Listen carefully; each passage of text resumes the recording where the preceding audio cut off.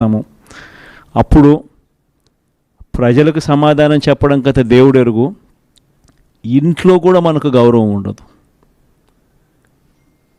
ఇంట్లో కూడా మనకు గౌరవము వాల్యూ ఉండదు అన్న సంగతి ప్రతి ఒక్కరూ కూడా గుర్తుపెట్టుకోమని కోరుతా ఉన్నా. నేనైతే నా జీవితంలో రాజకీయాలు నేను అట్టే చేశా. నేను కాంగ్రెస్ పార్టీ నుంచి బయటకు వచ్చినప్పుడు వెనక్కి తిరిగి చూస్తే నా వెనకాల ఎవరు లేరు. నేను మా అమ్మ ఇద్దరమే బయటకు వచ్చింది. నాతో పాటు కొంతమంది ఎమ్మెల్యేలు వస్తామంటే కూడా నాతో పాటు రావాలనుకున్న ఎవరైనా కూడా రాజీనామా చేసి రావాలా అని చెప్పిన. ఈరోజు అక్కడి నుంచి మొదలు పెడితే కేవలం ఇద్దరం పార్టీ నుంచి బయటకు వచ్చి మొదలు పెడితే ఈరోజు దేవుని దయతో ప్రతి అడుగులోనూ కూడా విలువలతో కూడిన రాజకీయాలే చేశాము, విశ్వసనీయతతో కూడిన రాజకీయాలే చేశామని గర్వంగా తలెత్తుకొని కూడా చెప్పగలుగుతాం.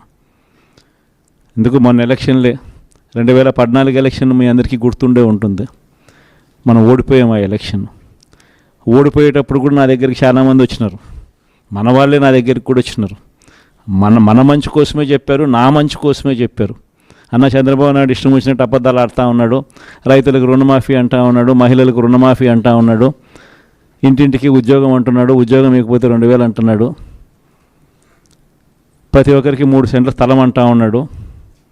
ఈయన చంద్రబాబు నాయుడు అంటూ ఉన్నాడన్నా, మనం కూడా అనకపోతే ఎట్లా, మనం కూడా రైతులకు రుణమాఫీ చేయకపోతే చేస్తామని చెప్పకపోతే ఎట్లా, ఫస్ట్ చెప్పేసేయండి నా, మళ్ళీ సంగతి మళ్ళీ చూస్తాము అని నాతో కూడా చెప్పినారు. కానీ చెయ్యలేనిది జరగనిది చెప్పడానికి మీ జగన్ ఇష్టపడాల, అబద్ధం చెప్పనందుకు ఆ ఎన్నికల్లో మనం ఓడిపోయినాం.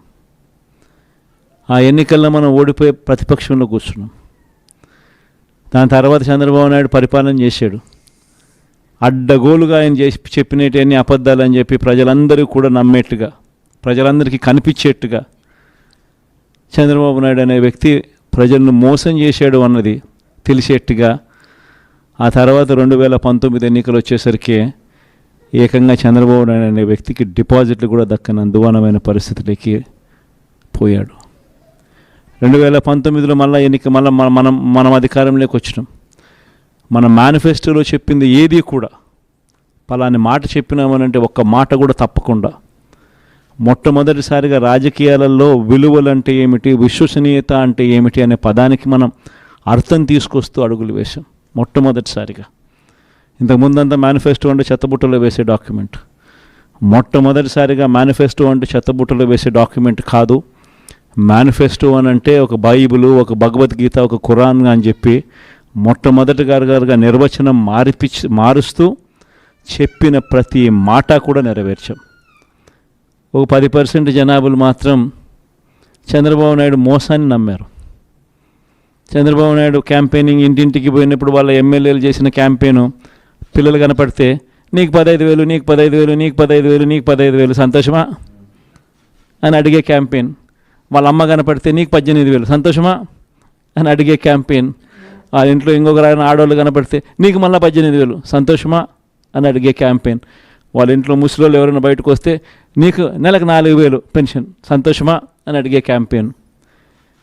ఈ క్యాంపెయిన్